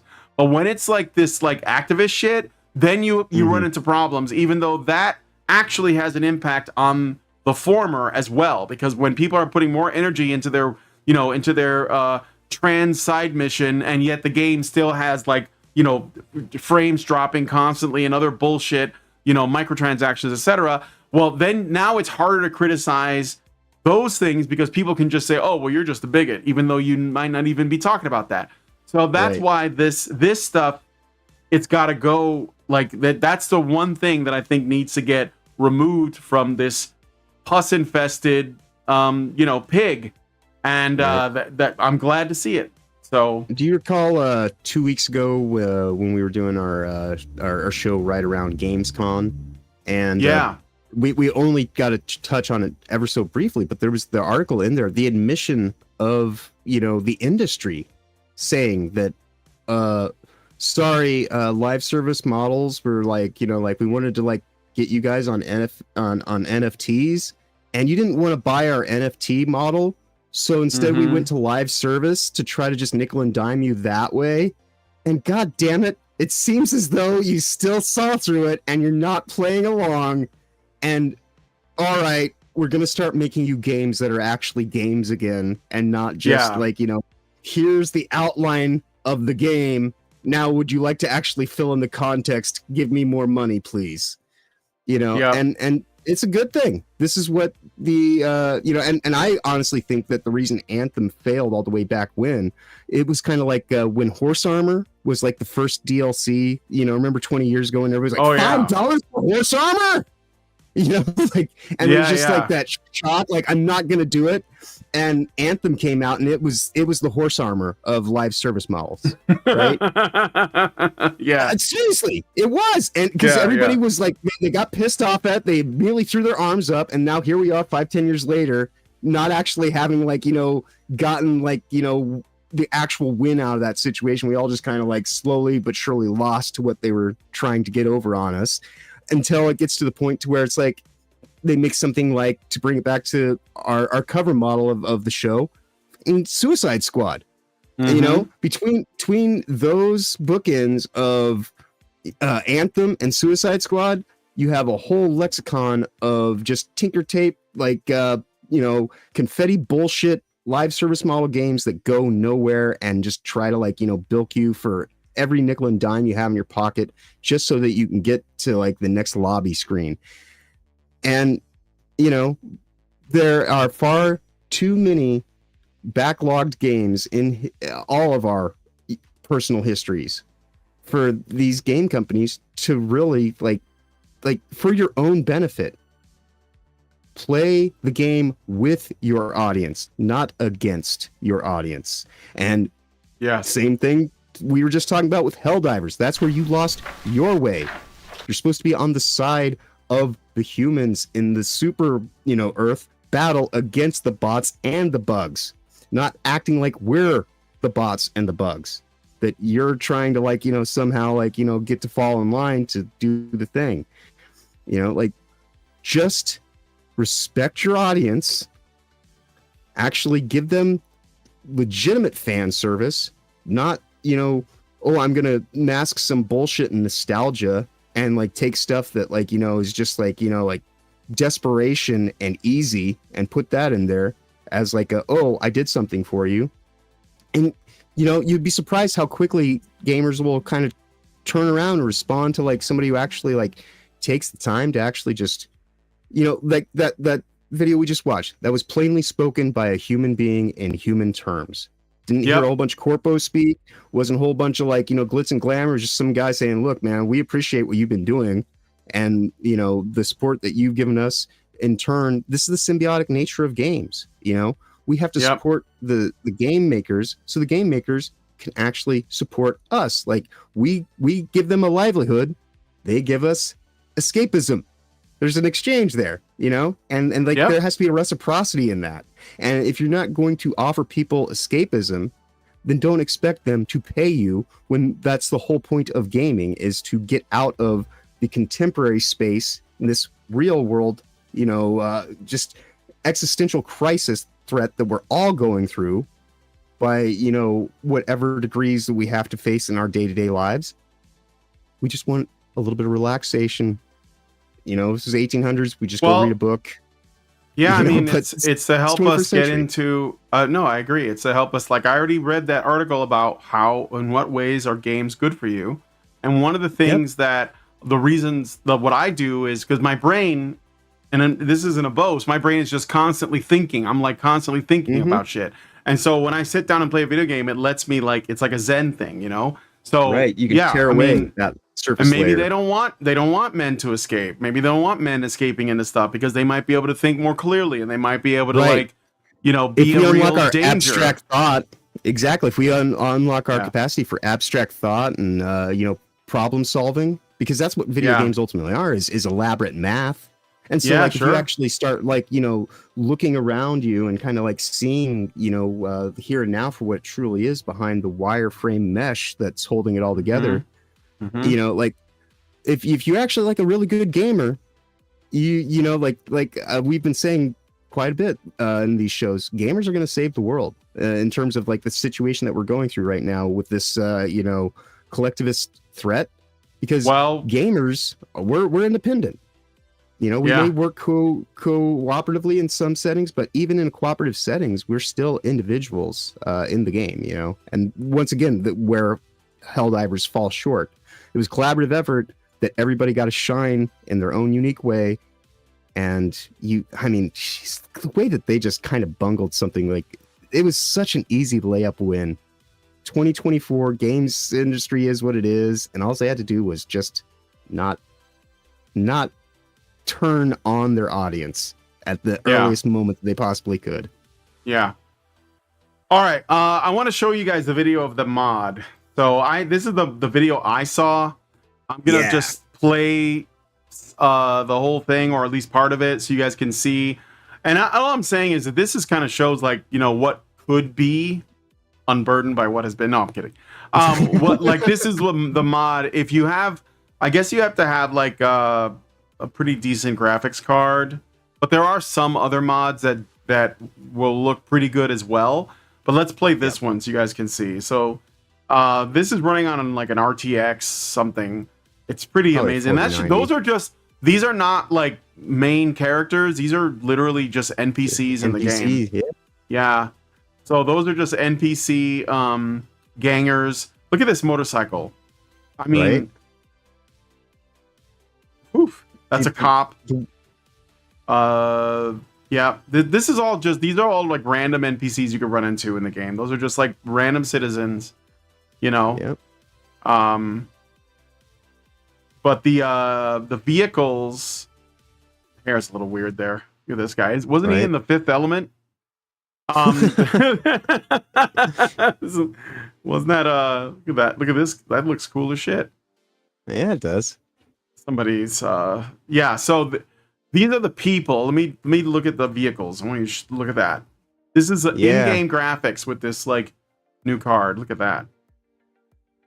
That is pretty impressive. Dreampunk 2.0 is what it's called. And some people have modded Cyberpunk to put like real cars in it. Mm-hmm. There are some real cars in it as well, though. Some old classics. Yeah. So the Porsche and whatnot. Yeah. Here, there's a Benz, another motorcycle. It looks good. Mm-hmm. Yeah. So, and that's the in play, so you guys can see. So yeah, I just wanted to show you guys that, so you guys can see like what is possible with this mod. But let's look at some charts. Let's do a health check, mental health checkup. Suicide How's Squad. the patient? How are you guys doing? 99 Suicide Watch? people. Yeah, Suicide Watch killed the Justice League. Yeah. 99 people in game. And it's steadily like I guess it was like, where's the peak? Oh, the peak was 144, so it was never really high. That's terrible. All-time peak 13,000. Okay. They're down 30%. All-time peak. Oh my god. Yeah. So, I mean, I'm, this is what it is. I don't know what else to say. I can't believe that Mr. Freeze didn't turn it around for him. Yeah, it didn't like drive up those numbers. Yeah. Yeah. So I can't. Yeah. I bought like 3 copies. That is not Dude, this good. is another one of those games I think they tried to give me for free and I just laughed at. And Matt, remember how much they spend on this? Wasn't it like 180 million? And Concord was like 200 million. Yeah. Yeah. These games are getting really expensive to make. You can't afford to like make mistakes like this. This is okay. So like, I remember when they announced Suicide Squad Kill the Justice League, and before that there was like Arkham Knights or something, right? And I think Arkham Knights is better remembered than this. And I think Arkham Knights was the one where you could play like Red Hood, which Robin, is saying something because I'm pretty sure that game has Batgirl. been all but like deleted from history. You know, like when Arkham Knights came out, right? When it came out, I distinctly remember when the game came out, there was a TV show at the time, and they had to come out and say that we are not affiliated with the TV show because was it called just Gotham like, Knights, not Arkham Knights? Gotham Knights. Oh yeah, Gotham Knights. Yep. But yeah, like another shit game. But well, there's more people playing it. Right. But I was gonna say, but comparatively, but when people said this game was shit, they didn't get called racist and sexist for it. Like when these games fail and there's no like way for developers and community managers and prostitutes to like accuse them of racism and sexism, it just fails, and that's it. Like this game, no controversy. No one wanted to play it. That's all it is. I don't know what was wrong with it, but yeah. Should have been a hit, though. Both of them should have been a hit. Right, and it is always funny when these games do fail so hard because it really is that thing where like this activist kind of mindset is we either like, like go and nitpick every little fucking detail and just like harp and moan and piss and, complain, or we memory hole it and that never happened. We were on vacation. Like where were you in the summer of 1942 in Germany? On vacation. It's like this is the game industry that we're dealing with now. It's just like, can you just maybe like just do the? It's so simple. I'm not gonna say it again. Just do simple. Like it's easy. Just do what's easy. Stop trying to like pretend that you're gonna be like Alfred Hitchcock, a game designer or anything like that. Like there's one of those in our history. His name is Hideo Kojima. Get over it. We can all move forward. We've got our tour. Let's just make games now. Yeah, if only there are two forces at work within the games industry. There are the activists that actually don't want to be successful. Their goal is to destroy everything. And then there's the people that are actually trying to run a business, and they don't realize that the people they've hired do not have their interests in mind. But maybe with all of the failures, this is the only way. It's just like Grum said, he said, we have to basically just like swear off AAA games for 2 years and it will cause some harm. But at the end of the day, it's the only way they're going to correct course. And that's what I've always said. Whenever people say, well, why are these people doing this? They're being so irrational. They're not irrational. They think this is the right thing to do because they're evil. But for those people who are sort of like complicit, the only way they're going to learn that something has to change is if they suffer. And I don't want people to suffer, but that's what has to happen. You're going to have to lose your job. You're going to have to lose sales. You're going to have to lose your business until you get to the point where you're like, you know what? This was a mistake. I don't want to do this. Nobody likes this. Nobody wants this. you know, that you're just gonna have to suffer. Suffering is necessary. Sometimes you just gotta hit rock bottom, and then you can only go. You know, there's nowhere to go but up. Right. So Although next- the silver lining for the last 10, 15 years in that is that, you know, we have seen the equality in the marketplace. Women suck at middle management roles just as much, if not more, than men do. Especially when they're middle management roles created specifically to cattlegate. Yep. Equality! Yay! So next up, we got Concord.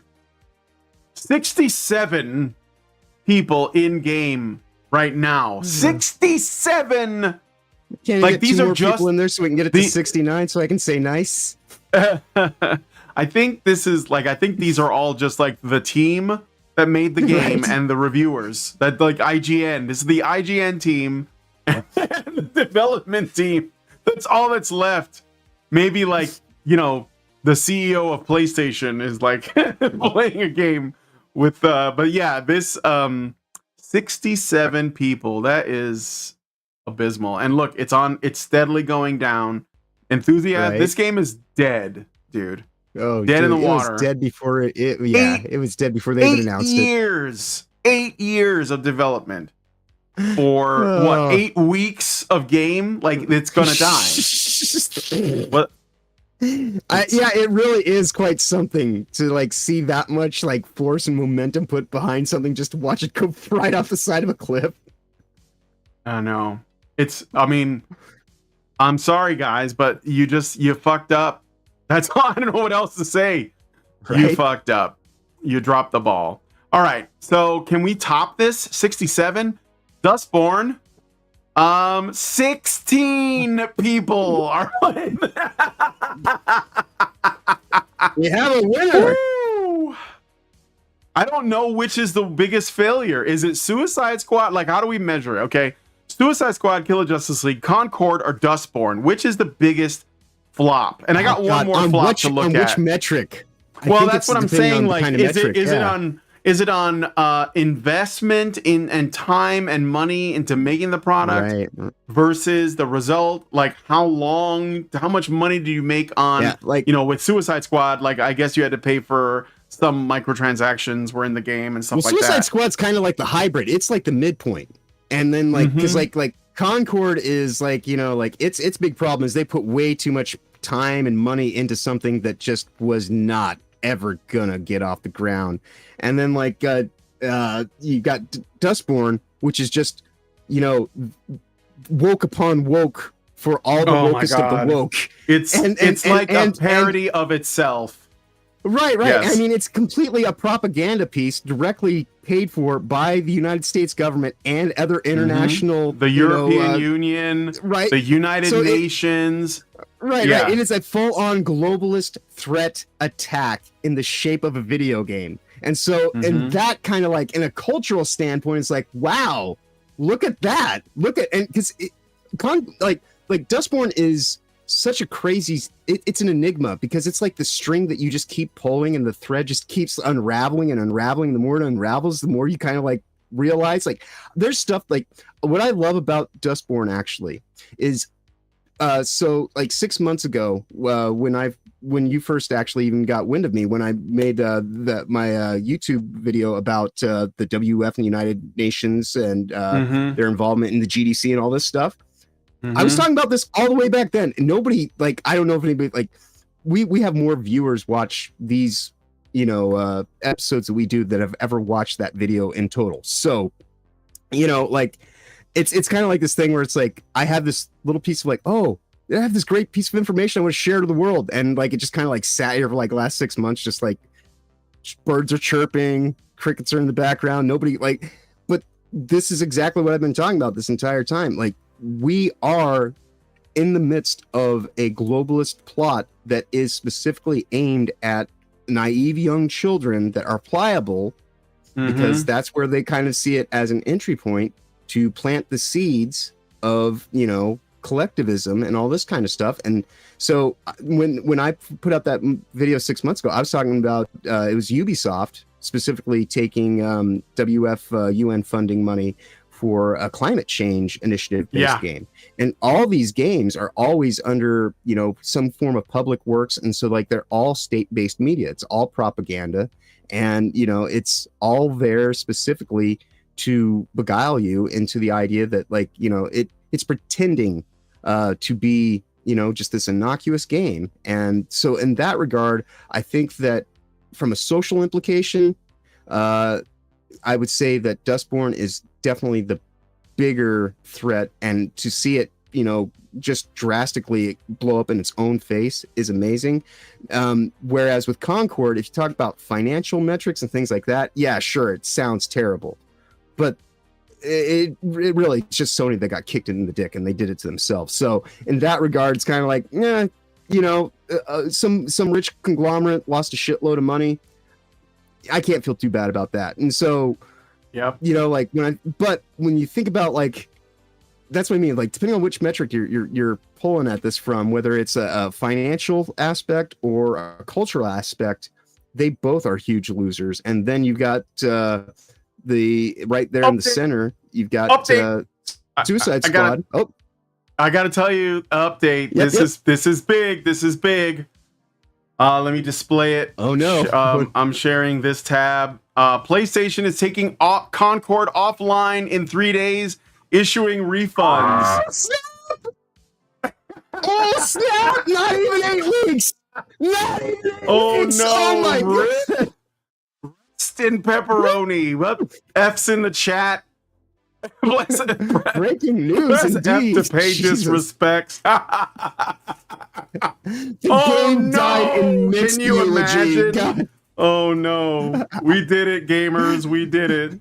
We did it, Joe. We did it, Joe.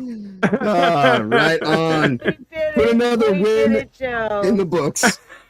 3-0. No, I just found out. Okay, Concord fans, they put out a special announcement. We've been listening closely. No, that's not. Is it? We want to thank everyone who joined the journey aboard the North Star. Your support and the All passionate 12 of you. community. Like, they're already. It's basically a will. My last will and testament. Right. I'm sorry, I shit all the money out. You all have to deal with my creditors. I'm gonna read the statement. We'll try and do it in a solemn fashion. This is a time Serious of loss. Great loss was happened.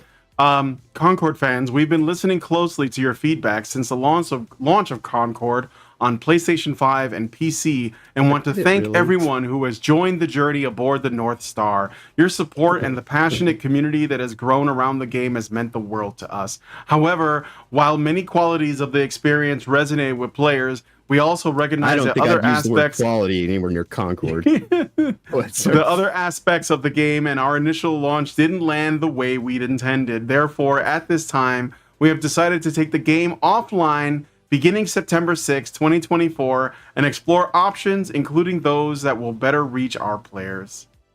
They're issuing, while we determine the best path ahead, Concord sales will cease immediately, and we will begin to offer a full refund for all gamers who have purchased the game for PS5 or PC. If you purchase the game for PS5 from the PlayStation Store or PlayStation Direct, a refund will be issued back to your original payment method. Oh yeah, let's get some confetti for this. Ouch. If they don't burn this thing and memory hole it forever, imagine like this thing is going to come back in 6 to 8 months as a free to play. Like, it's just built into the PS5. You don't even get you don't even get a choice anymore. It's just like, yeah, it's PS5 with Concord. Just wake up one morning, Concord's there, and it's just like looking at you. It's time to play me. You love to see it. That this is amazing. Like, I'm glad that I got it. I can't believe the Gun Warrior didn't become an instant hit with gamers. Literally just happened half an hour ago. Breaking news, niggas. Right here. This is the place. Okay. So but I just need that to settle in, because that was amazing. Teal Deers in the chat says CULT-ure in the chat says, Concord fans, we've been listening. Must have been a wonderfully quiet week for them then. Oh, man. Here's a who? Yeah.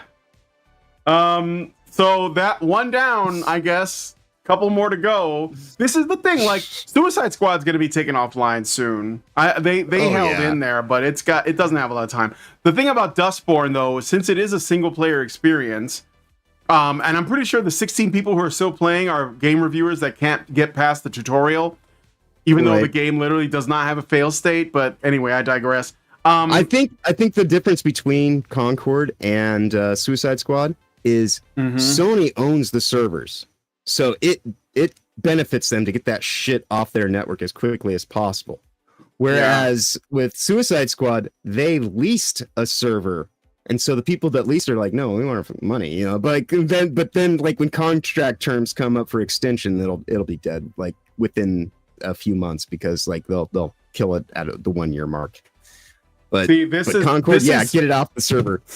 Here's where Concord has a chance for its redemption arc. Again, send them to mods, let the mods fill it with big titty waifus, and then re-release it. Boom. Right. I'm telling you, it's gonna make $1 billion. Just don't even put men in it. Put everything is just big titty waifus dressed up as maids and as nurses and as like, you know, dominatrices and waitresses and schoolgirls, whatever. It will make aliens, get the team. Aliens. Get the team that was involved with like, you know, those Korean studios to like do new models, and it'll make. I'm telling you, it'll be freaking. They'll be stacking cash. Call it the Last Descendant guys and see what they're doing this weekend. You know, get some Koreans in there to fix that up. That's right. Tighten it up, and then wait like 6 months and re-release it and pretend like the original launch never happened. Yeah.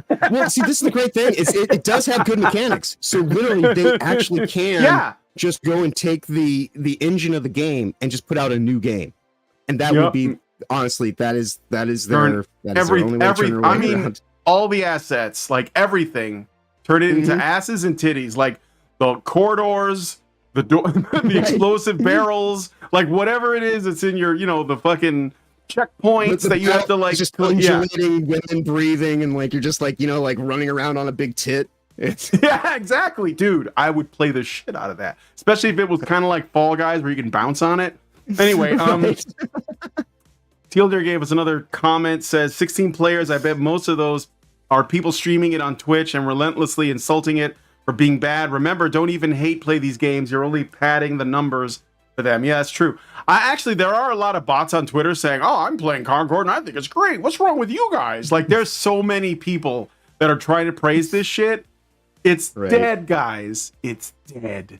All right. So, speaking of dead, so Dustborn, 16 people. This thing, and this is the thing too, when you have like a single player experience, those games will have a short lifespan just based on that, unless it has like other means to have incredible replay value. So I can play, like I play some of my favorite games, I can play over and over.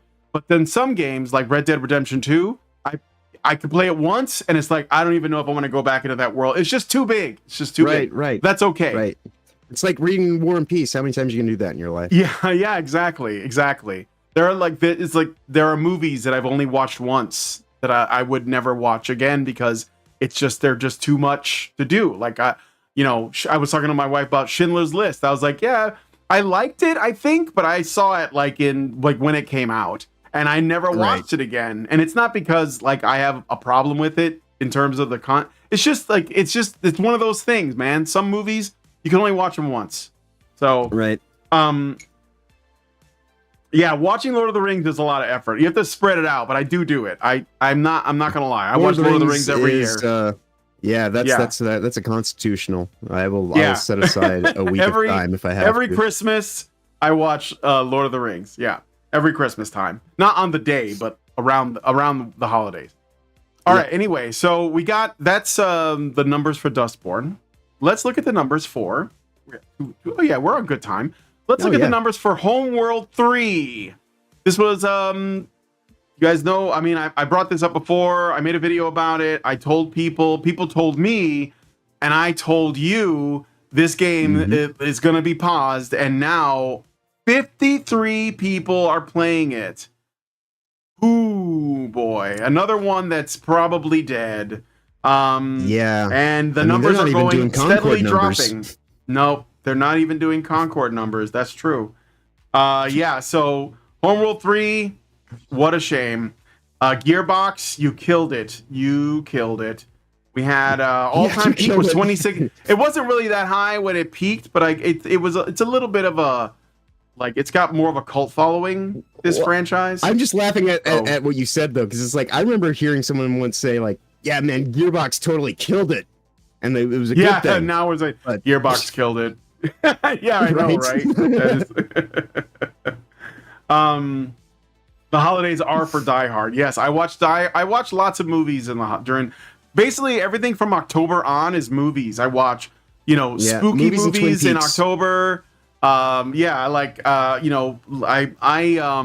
marathoned all of the Friday the 13th flicks with my wife like a while back. I think this year I'm gonna do more like Tim Burton-y stuff. I want to watch Beetlejuice. I haven't seen that in a long time.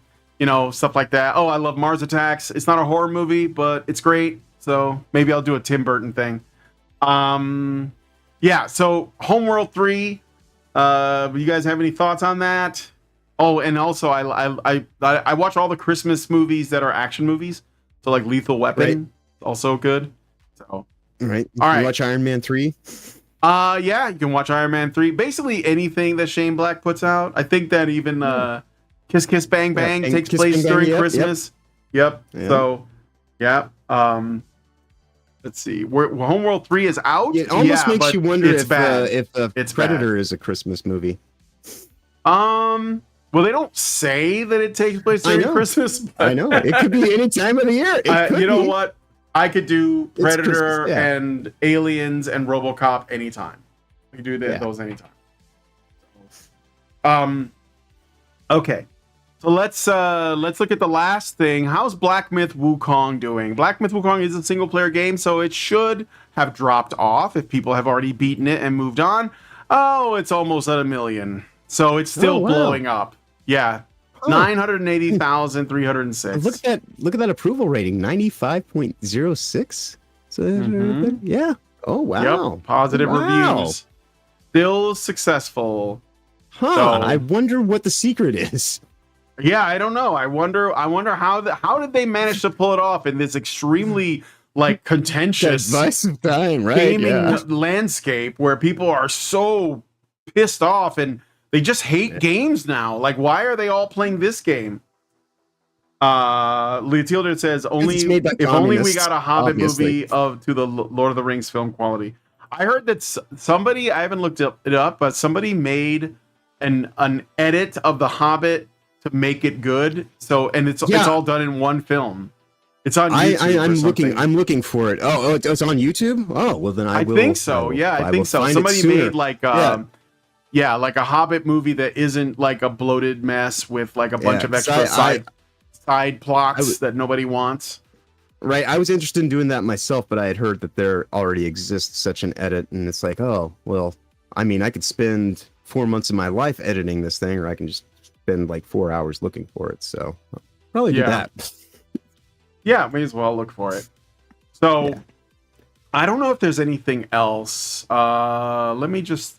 That was amazing news, man. Concord is gone. That was unexpected. That was quite the way to round out the show, especially as we're talking about how successful Concord was in its short time. It was far too. Do I say beautiful for this world? It was far too unique. The world was not ready for something brave and stunning and diverse. Yes. No, we were not ready. So. We have not yet been unburdened. I have my burdens all intact, everybody. We're all good. In fact, I doubled up on them. So I think that's it for now. As far as stories, unless there's something that you wanted to mention really quick. We're right at time, so it's probably pretty good. We just kind of I would mention that as I've dropped a few links in the chat, we do have Well, you've got your Discord, which is connected to mine as well. Which well, both links are in the description of this video. Yeah. So definitely do what you can to get involved there, where the chat room basically never ends, and we get into these wider, crazier discussions. And we're looking at least on my Discord, we're wanting to turn it into like an internet lounge of sorts. So come in, watch movies, group watch stuff.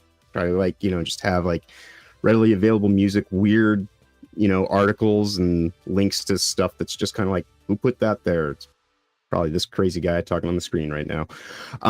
But yeah, you're definitely open and welcome. And before we get out fully, I'll drop another link in there just so I know that it's valid and good, because I don't know if the one I gave you is still valid. I think you have to create like a permanent. Yeah, you have to. Well, you can make a permanent link. It's. I learned how to do it. I just I can show you afterwards. So. Oh yeah. All right. Yeah. We'll figure it out and we'll put it in there.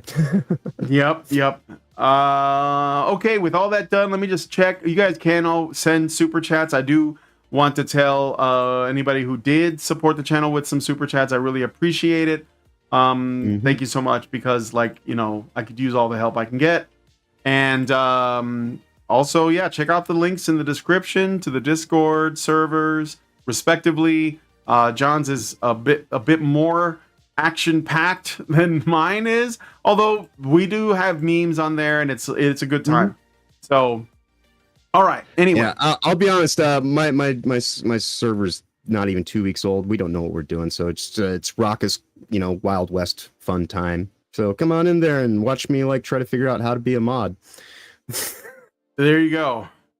All right, well, I'm going to end the show there. Thanks, John, for coming on. And thank you guys for joining us on the show. If you guys like this video, please smash the like button. Subscribe if you're not already subscribed. Hit the bell for notifications. Leave us a comment. Let us know what you guys think about what we discussed on the show today. And please, please, please share this video, because sharing is caring. Thank you so much for coming up, joining us on This Week in Culture. And we'll talk to you all in the next video. See you later, guys. Long live Vivian.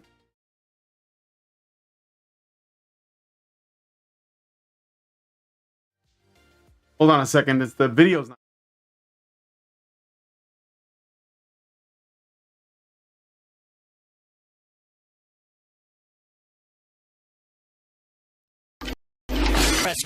People and people think you a cunt. Yeah. And hateful. And that the games industry is diverse naturally. Not because anyone's making them be diverse. Because the world is diverse, you stupid motherfucker. And if you have a problem with that, come fight me.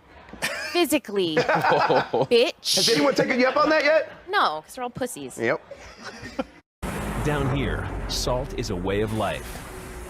Obviously, the environment down here is all salt. The ceiling's salt, the floor is salt, the walls are salt, and to an extent, the air is salt. And you breathe that in, and you can constantly taste the salt.